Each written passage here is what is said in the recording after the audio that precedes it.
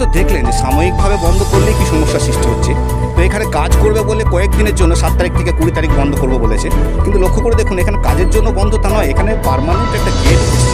Gate মানে হচ্ছে পরবর্তীকালে সে লক অ্যান্ড কী হবে এবং ভবিষ্যতে কীভাবে যে মানুষ পূর্বপল্লী রতনপল্লীর মানুষ থানা আসবে বা পূর্বপল্লীর মানুষ হাসপাতাল যাবে তার কিন্তু কোনো দিশা নেই। যে দিশা দেখানো হয়েছে সাময়িকভাবে, সেই রাস্তা দিয়ে গাড়ি চলার পক্ষে একদমই উপযুক্ত নয়।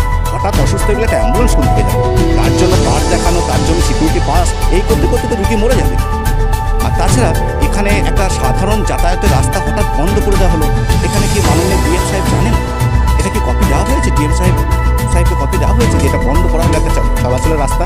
এটা ইন্টারনাল রোড বলে ওনারা নোটিশ করেছে। ইন্টারনাল রোড নিশ্চয়ই ওনাদের নিজস্ব ইন্টারনাল রোড আছে, বিভিন্ন জায়গায় আছে। এটা পিডব্লিউডির সঙ্গে সংযোগকারী একটা রাস্তা। এই রাস্তাতে দীর্ঘদিন ধরে আমরা যাতায়াত করছি।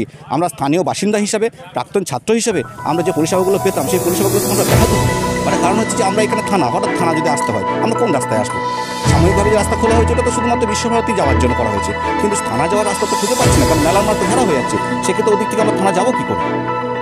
এই সমস্যা এখন চলতেই থাকলো। আমার মনে হচ্ছে ভবিষ্যতের জন্য একটা থ্রেড হলো যে সাধারণ মানুষ যারা এখানে আছে, প্রাক্তন ছাত্র, বাসিন্দা, আশ্রমিক, সবার জন্য একটা থ্রেড করা যেতে পারে যে তোমাদের জন্য রাস্তা বন্ধ করে দেওয়া হবে, রাস্তা।